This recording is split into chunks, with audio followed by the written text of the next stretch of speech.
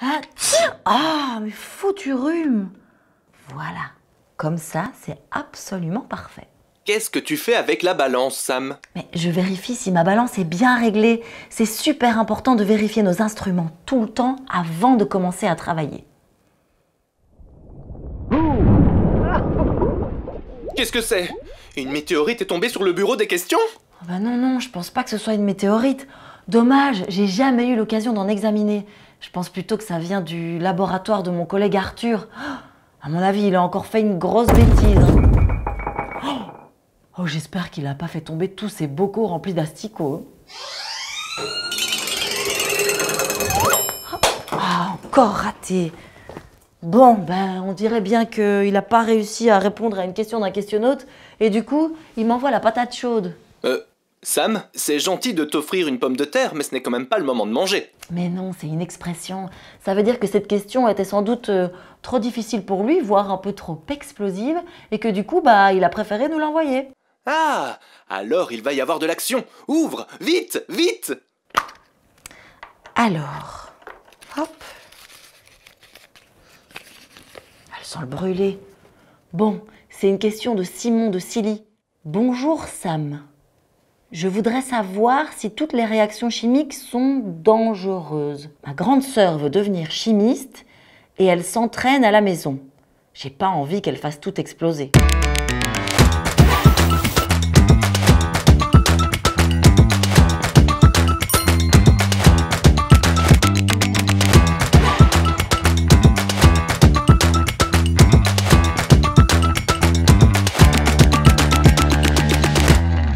Oh là là, oui, Simon! Une réaction chimique, ça peut être super méga dangereux. Ça peut provoquer une explosion ou des gaz très toxiques. La patate est méga chaude! Léonard, tu veux nous réaliser un film catastrophe? En réalité, la chimie, c'est bien plus que des explosions. C'est tout simplement l'étude scientifique de la matière.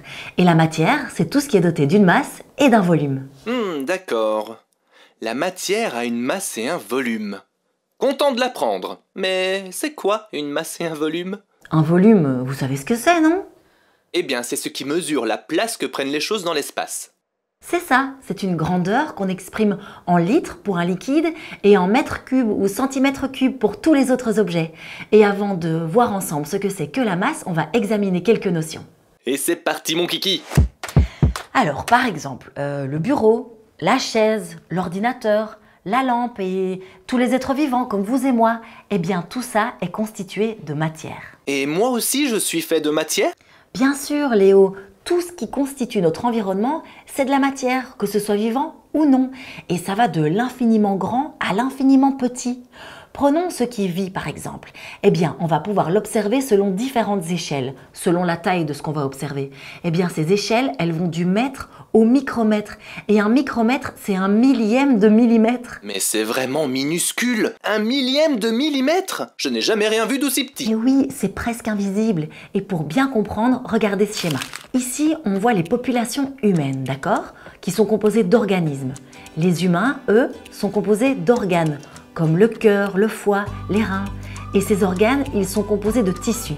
Jusqu'ici, tout est observable à l'œil nu. Si maintenant on zoome encore un peu, à l'aide d'un microscope par exemple, on va pouvoir voir que ces tissus sont composés de cellules. Et ces cellules sont beaucoup trop petites pour être visibles à l'œil nu.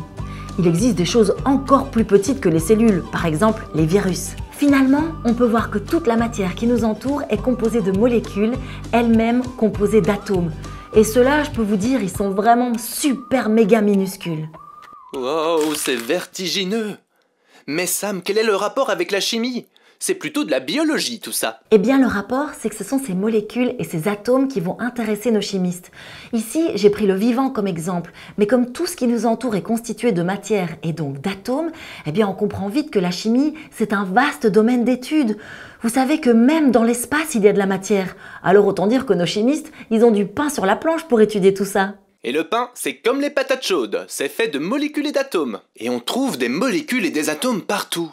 Mais Sam, on peut les voir ces atomes minuscules avec un microscope? Ah, eh bien grâce à des techniques de microscopie super récentes, on a pu photographier les atomes d'une molécule.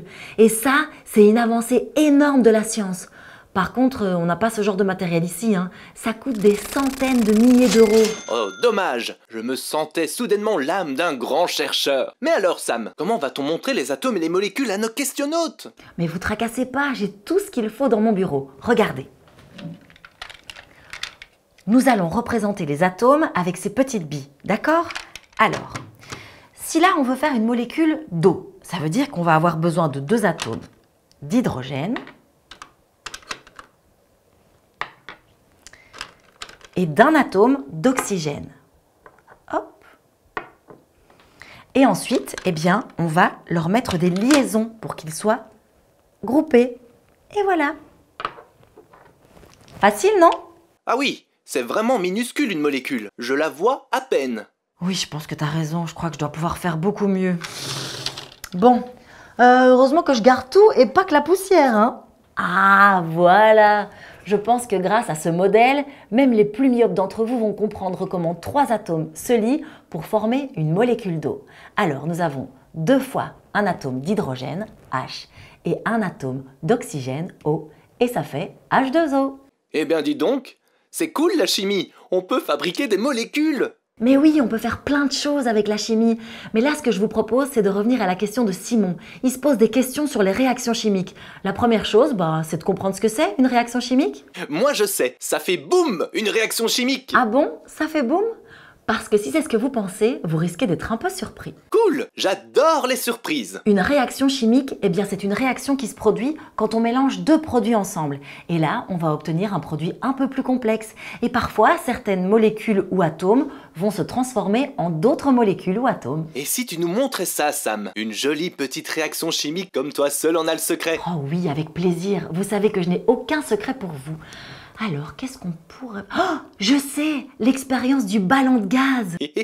Mais non, Léonard, ça va pas exploser. Ça alors, Sam, tu lis dans mes pensées. Oui, j'ai un petit côté mentaliste, alors à votre place, je ne penserai pas trop de bêtises. Ah, d'accord.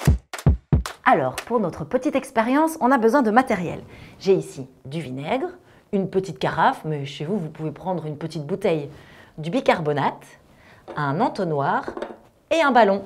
Je vais commencer avec mon vinaigre et je vais le verser dans ma petite carafe. Alors, voilà. Hop, j'ai presque pas renversé. Ensuite, je vais mettre du bicarbonate dans mon ballon. Pour ça, je vais avoir besoin de l'entonnoir parce que, je sais pas vous, mais moi, je vais pas y arriver comme ça, hein. Hop, on va mettre 5 petites cuillères. 1, 2, 3...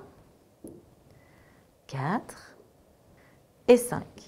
Hop, je vais aider mon bicarbonate à rentrer.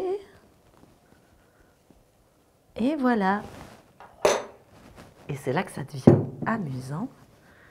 Je vais venir mettre mon ballon sur la petite carafe.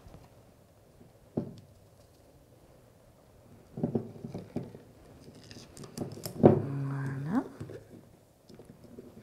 Hop. Et je vais faire tomber le bicarbonate dans la carafe. Oh, regardez, la réaction chimique est instantanée. Vous voyez, je dois même pas souffler dans mon ballon et il se gonfle tout seul. Oh, oh, et boum le ballon. Boum le ballon. Mais non, Léo, pas cette fois. Et vous qui êtes super intelligent et qui connaissez tout un tas de choses, vous en connaissez d'autres, des réactions chimiques qui ne font pas boum? Alors voyons, des réactions chimiques...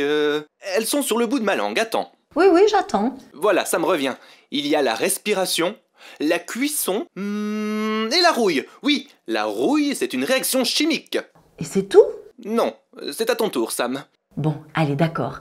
Qu'est-ce qu'on a d'autre? On a par exemple les sécrétions par nos organes, comme par exemple la salive, la sueur, les larmes, ou les piles qui fabriquent de l'électricité, la fabrication du savon, et les brûlures aussi, ça aussi c'est une réaction chimique. En fait, il y en a plein. Et selon les molécules des produits qu'on mélange, eh bien la réaction chimique sera différente. Ce qu'il faut savoir aussi, c'est que la matière peut se retrouver sous différentes formes, et chacune de ces formes est appelée un état de la matière. Sam, moi aussi je sais à quoi tu penses. Ah bon? Oui, il y a l'état solide, l'état liquide et l'état gazeux. Exactement. Et nos molécules et nos atomes, eh bien, ils vont se comporter différemment en fonction de l'état dans lequel ils se trouvent.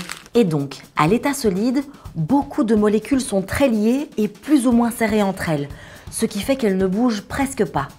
À l'état liquide, les molécules vont être un peu plus libres et prendront plus de place dans l'espace. Elles restent très proches, mais sont très peu liées et elles bougent plus. À l'état gazeux, nos molécules sont plus dispersées et éloignées les unes des autres et prennent plus de place dans l'espace. Et elles bougent énormément.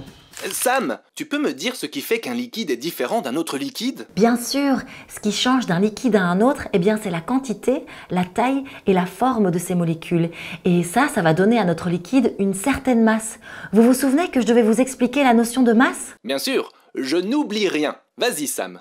Eh bien, si vous prenez le même volume de deux liquides, par exemple d'huile et d'eau, et que vous prenez 1 litre de chaque, eh bien, les molécules présentes dans ces deux liquides seront différentes et en quantité différente aussi.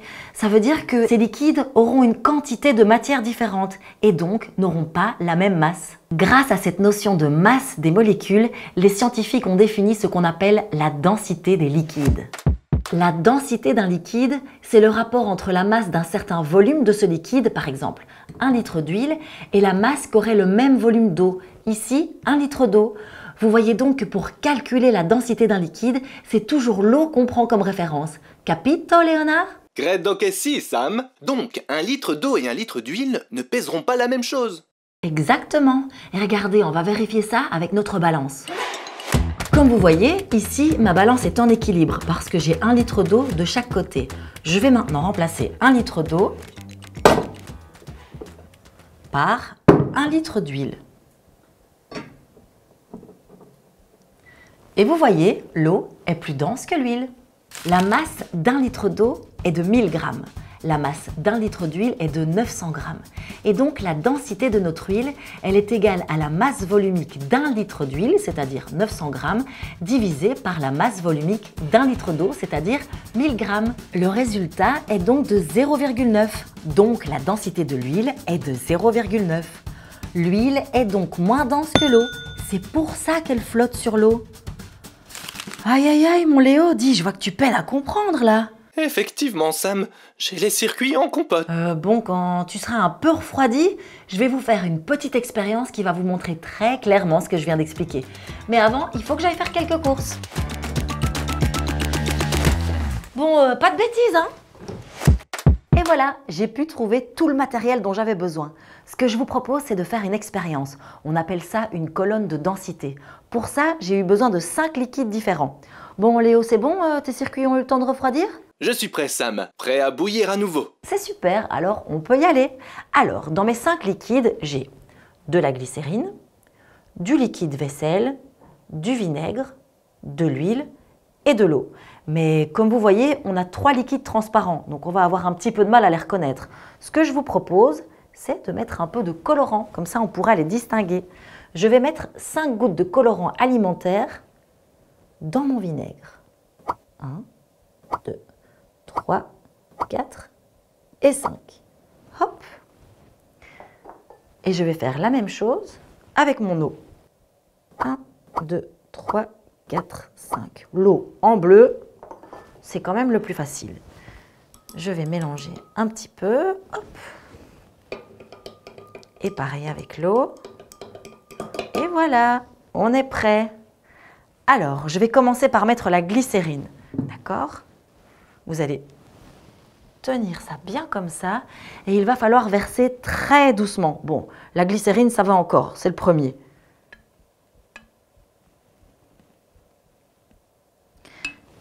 Et voilà. Et c'est là qu'il va falloir faire vraiment très doucement. Je penche bien ma colonne et je vais verser mon liquide vaisselle tout doucement. Je vais venir verser mon vinaigre coloré en rouge. Et là, je vais faire encore plus doucement. Bon, jusqu'ici, tout va bien. Je ne sais pas vous, mais moi, j'ai presque arrêté de respirer pendant l'expérience. Hop, on va ajouter notre huile. Et là, je crois qu'il faut faire encore plus doucement. C'est parti.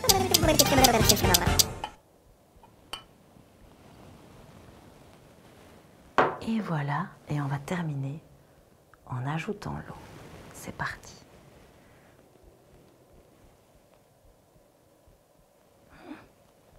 Vous avez vu? L'eau descend. Elle vient se mettre en dessous de l'huile. Vous vous souvenez? C'est parce qu'elle est plus dense que l'huile. Je vais remplir un rabord.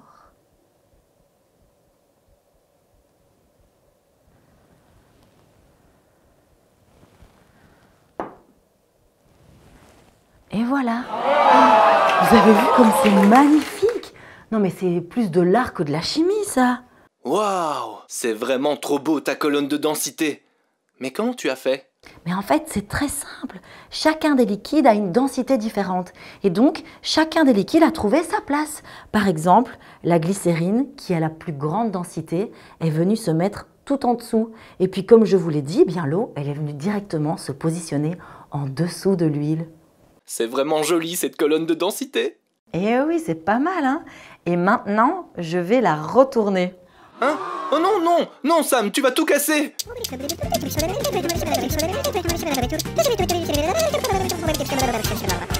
Et voilà, chaque liquide a gardé sa même densité.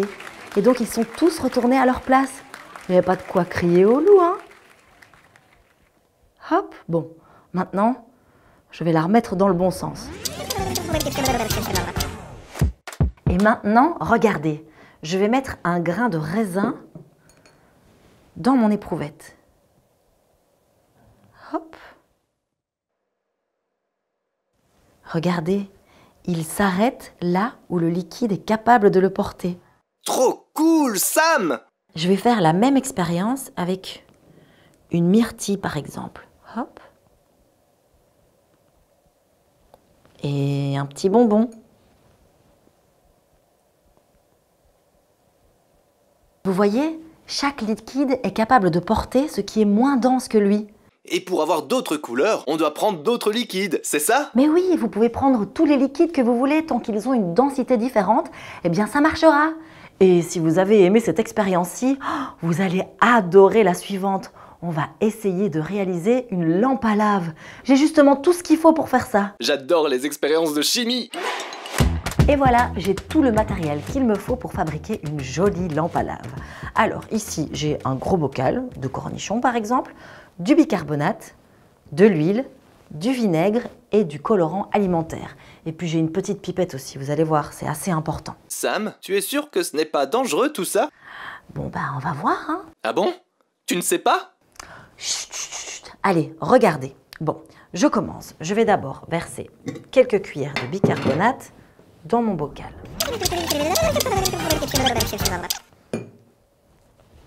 Oui, ça, c'est bien. Hop, on va ensuite mettre notre huile. Comme ça, c'est bien. Et voilà. Et puis, je vais venir colorer mon vinaigre. Normalement, avec 5 gouttes, ça devrait être bien. Voilà. Hop. Et je vais venir mélanger. Hop là. Et c'est là que ça va devenir chouette. Je remplis ma pipette de vinaigre coloré. Et je vais venir le mettre dans mon bocal. Regardez.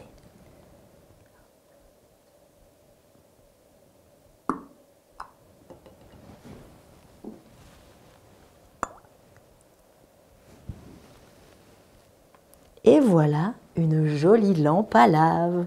Oh là là, Sam, c'est super cool! Mais ça marche comment? Mais ça marche grâce à une réaction chimique qui est tout à fait inoffensive. Je vous explique. En fait, notre vinaigre, il a une densité plus importante que celle de l'huile. Il va donc se mettre tout en bas. Mais lorsque le vinaigre rencontre le bicarbonate, eh bien, il y a une réaction chimique, la même que celle avec l'expérience du ballon. Et ça va créer un gaz, le dioxyde de carbone ou CO2. Et ce dioxyde de carbone, eh bien, sa densité, elle est moins importante que celle de l'huile. Et donc, il va remonter à la surface en portant nos petites gouttes de vinaigre coloré. Et puis, une fois que le CO2 il s'est échappé, notre vinaigre va redescendre tout en bas. Et voilà! Simon peut être vraiment rassuré après toutes tes explications, Sam. Toutes les réactions chimiques ne sont pas dangereuses. Et il y en a même de très très cool. Simon pourra faire un peu de chimie avec sa sœur et décorer sa maison avec une colonne de densité. Et pourquoi pas nous aussi, Sam? Et vous, mes chers questionnautes, n'hésitez pas à utiliser toute votre créativité. Faites de jolies lampes à lave et de jolies colonnes de densité avec toutes sortes de couleurs et de liquides différents. Parce que, vous l'avez vu aujourd'hui, l'art et la science, en fait, ça fait bon ménage pour le plaisir de la découverte, mais aussi des yeux. Et surtout, faites des photos et partagez-les par mail et sur les réseaux sociaux. Arthur! Bon, à bientôt les questionnautes! À tout bientôt!